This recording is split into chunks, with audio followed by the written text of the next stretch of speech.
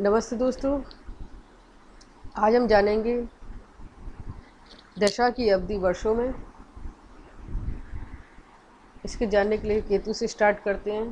केतु की जो अवधि है, जो टाइम है, वो है 7 साल। वीनस का है 20 साल, सन है 6 साल, मून 10 साल, मार्स 7 साल, राहु 18 साल, जुपिटर 16 साल, सैटर्न 19 साल, मरकरी 17 साल। और ये टोटल दशाएं होती है, जो टाइमिंग होता है उसका होता है 120 साल। अब इसको और अच्छे से समझने के लिए एक एग्जांपल लेते हैं। सपोज करो कि किसी बच्चे की मैरिज करनी है, उसकी उम्र है 18 साल। तो 18 साल उसकी उम्र है और उसकी कुंडली में केतु चल रहा है। तो केतु जैसे स्टार्टिंग हुआ है, और केतु का जो टाइम है वो है 7 साल।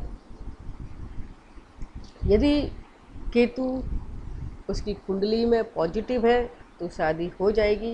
अगर कुंडली में केतु पॉजिटिव नहीं है, नेगेटिव है, तो इसकी शादी नहीं होगी। उसको 7 साल तक वेट करना पड़ेगा। 7 साल वेट करने के बाद उसकी जो दशा चेंज हो जाएगी वो होगी वीनस। वीनस पे आके उसकी उम्र हो जाएगी 25 साल। 25 साल का हो जाएगा वो, तो फिर उसको देखना होगा कि वीनस यदि पॉजिटिव है तो शादी हो जाएगी, पॉजिटिव नहीं है तो फिर उसको और 20 साल तक वेट करना पड़ेगा। तो 20 साल बाद उसकी उम्र हो जाएगी 45 साल।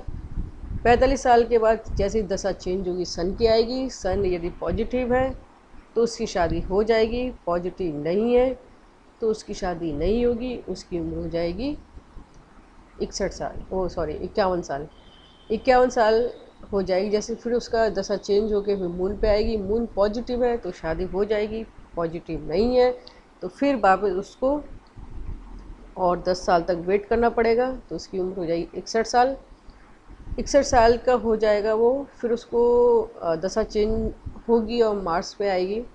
मार्स पे आने के बाद यदि मार्स पॉजिटिव है तो शादी हो जाएगी, नेगेटिव है तो शादी नहीं होगी। उसको वापस फिर 7 साल वेट करना पड़ेगा। 7 साल वेट करने के बाद उसकी उम्र हो जाएगी 68 ईयर। 68 ईयर होने के बाद उसकी दशा चेंज होगी, राहु आ जाएगा। राहु आने के बाद यदि ये पॉजिटिव है तो शादी हो जाएगी, पॉजिटिव नहीं है तो 18 साल और उसको वेट करना पड़ेगा। यानी कि 68 में और 18 हम प्लस करते हैं तो आता है 86 ईयर उसको वेट करना पड़ेगा।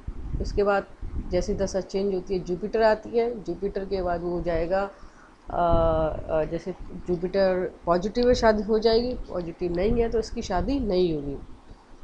पॉजिटिव नहीं है तो उसको और 16 साल वेट करना पड़ेगा।